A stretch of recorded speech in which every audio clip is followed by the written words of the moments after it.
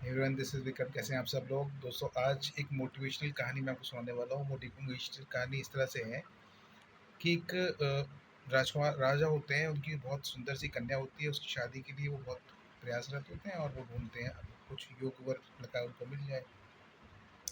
योग तो वो जो उनके यहाँ पंडित पुजारी आते हैं पूजा करने के, उनसे वो पूछते हैं कि ऐसे ऐसे बताइए कि इसकी कुंडली चेक करिए, इसको किस तरह का राजा, किस तरह का योग वर मिलेगा। तो जब वो कुंडली चेक करते हैं, वो देखते हैं कि लड़की जो कुंडली है बहुत ही भाग्यशाली लड़की है, बहुत ही योग्यवान लड़की है। इसके भाग्य से, इसके योग्य से जो है, जो जिससे भी इसका विवाह होगा, उस लड़के की जो भविष्य होगा बहुत अच्छा उज्जवल हो जाएगा, और वो अगर राजा होगा तो और अच्छा कमाएगा, पद प्रतिष्ठा मान सम्मान सब मिल जाएगा उसको। और अगर वो गरीब होगा तो वो अपनी मेहनत से, अपने प्रयास से सफल होकर एक अच्छा इंसान, मेहनत एक सफल इंसान बन जाएगा। अब होता क्या है कि जब पंडित जी इसकी योग और कुंडली देखते हैं तो पंडित जी को लालच आ जाता है। पंडित को लालच आ जाता है तो पंडित सोचता है कि क्यों ना मैं ही इससे विवाह कर लेता हूँ। तो वो एक एक कहानी बुनते हैं और कहानी इस तरह से बोलते हैं कि राजा, आप एक काम करिएगा कि आप अपनी कन्या को के लिए जो योग ढूंढ रहे हैं ना, उसका तरीका यही होगा कि आप अपनी कन्या को एक बड़े से बक्से में बंद करके और उस नदी जो बह रही है, नदी में छोड़ दीजिएगा कुछ पल के लिए। जैसे जैसे ये बक्सा जहाँ पर चलता जाएगा और जहाँ पर ये रुक जाएगा, उसी क्षेत्र के आसपास वो योग आपको मिल जाएगा। अब लेकिन पंडित के दिमाग में कुछ और चल रहा होता है। पंडित के दिमाग में ये चल रहा होता है कि इस बक्से को जब राजा छोड़ेंगे तो मैं अपने शिष्यों को बोलकर इस बक्से को उठवा लूँगा और अपने कुटिया में ले जाकर उस लड़की से मैं ही विवाह कर लूँगा, है ना? उस कन्या से मैं ही विवाह कर लूँगा और मेरा जो भाग्य होगा वो उज्जवल हो जाएगा। लेकिन जो भाग्य में लिखा होता है वही होना होता है। होता क्या है कि जैसे जैसे ये बक्सा आगे बढ़ रहा होता है तो वहीं पर कुछ दूरी पर एक लड़का वहाँ पर विश्राम कर रहा होता है। लड़का काफ़ी मेहनती होता है, बहुत विश्राम कर रहा होता है, तो वो अपने योग बल से और तपोबल से उस पक्षी को रोक लेता है। अच्छा, होता क्या है, वो जो लड़का था ना, वो देखता है कि आसपास भालू भी घूम रहा है। अब उस भालू से उस पक्षी को बचाने के लिए वो पक्षी को अपने पास वो लेता है और पक्षी को जैसे ही खोलता है तो वो देखता है कि वहाँ पे एक सुंदर सी कन्या है।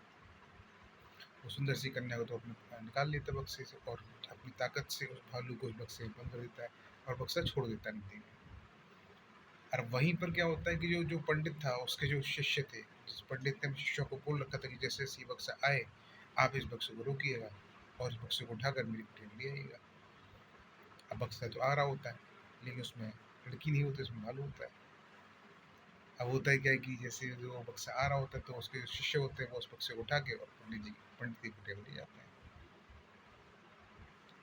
ले जाते हैं तो जो जहाँ लड़की को पहुँचना होता है वहाँ तो लड़की पहुँच चुकी होती है। जिसके पास जिसका भाग चमकना होता है, जिसके भाग्य से, वो तो वहाँ लड़की पहुँच चुकी होती है।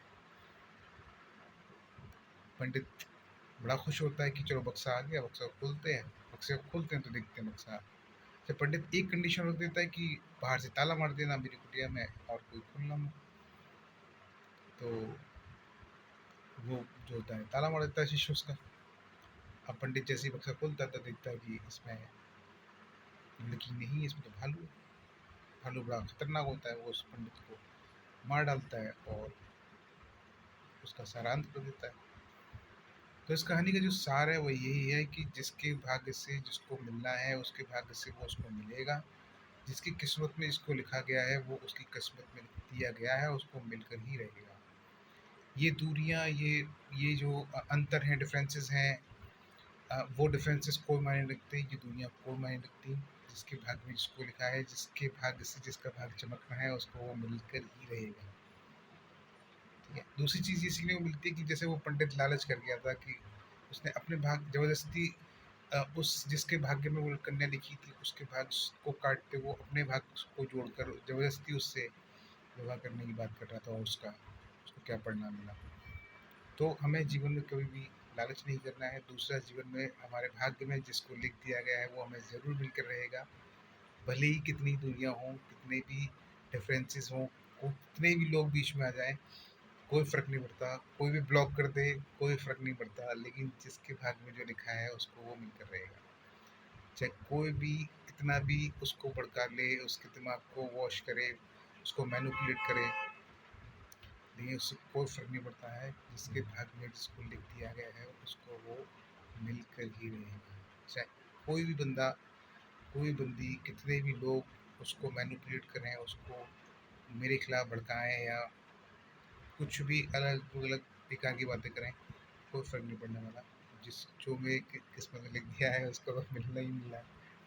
Thank you so much. आप लोग खुश रहिए, मुस्कुराते रहिए और अपना ध्यान रखिए। Thank you so much. जय हिंद, जय भारत। धन्यवाद।